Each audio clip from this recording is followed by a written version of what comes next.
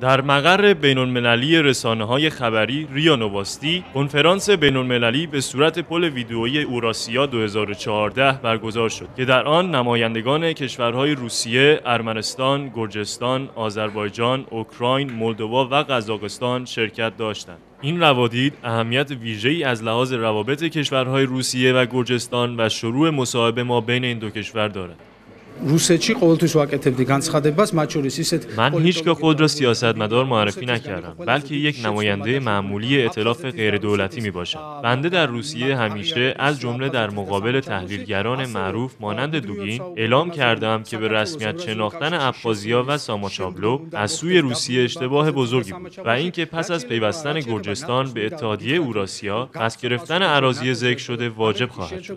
در رابطه با عضویت گرجستان در ناتو باید تاکید کنم ریاست جمهوری ایالات متحده آمریکا باراک اوباما در بین سخنان خود اعلام کرد که در حال حاضر عضویت کشور دیگری در سازمان ناتو امکان پذیر نمی باشد. ما باید خود را متمرکز پس گرفتن اراضی از دست رفته با روش‌های دیپلماتیک و صلح‌آمیز کنیم. در رابطه با مسائل اقتصادی باید خاطر نشان کنم که صنعت در گرجستان کاملا به بازارهای روسیه و اوراسیا بستگی دارد و مذاکرات دیپلماتیک ما نباید به روابط اقتصادی ما با روسیه آسیبی برساند و نباید نمونه چین و تایوان را فراموش کرد. ارتش‌های آمریکایی در حال حاضر در چین و تایوان مستقر هستند، ولی هیچ کس آمریکا را به جرم اشغالگری محکوم نمی‌کند. رئیس جمهور قبلی ما آقای ساکاشویلی دچار همین اشتباه شد و در نتیجه آن روسیه به همه روابط خود با گرجستان پایان داد و شهروندان کشور ما نیز صدمه دیدند. بنده تاکید می‌کنم که روسیه باید شریک مورد اعتماد و وفادار ما باشد.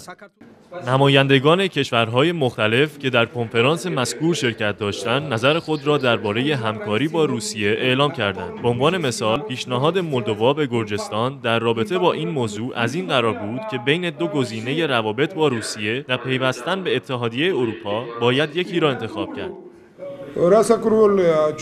امروز مرا به عنوان کارشناس دعوت کردند. ما عقاید متفاوتی داریم و معتقدیم که پیوستن گرجستان به اتحادیه اوراسیا در حال حاضر نامناسب میباشد. در حال حاضر مهمترین گزینه برای گرجستان برقراری روابط صلح‌آمیز با روسیه است. در رابطه با کنفرانس امروز باید تاکید کنم که شرکت ما در این گفتمان به منظور اعلام عقاید خود به نمایندگان کشورهای مختلف از جمله روسیه میباشد و ما موظف هستیم تغییرات به وجود آمده در سیاست دولت جدید نسبت به دولت قدیم را به همکاران خود در مسکو گزارش دهیم. و جا دارد خاطر نشان کنم که بهبودی روابط با روسیه کار آسانی نیست و نیاز به زمان و مسیر طولانی دارد، اما گرجستان چاره‌ای جز برقراری صلح و آرامش نیز ندارد.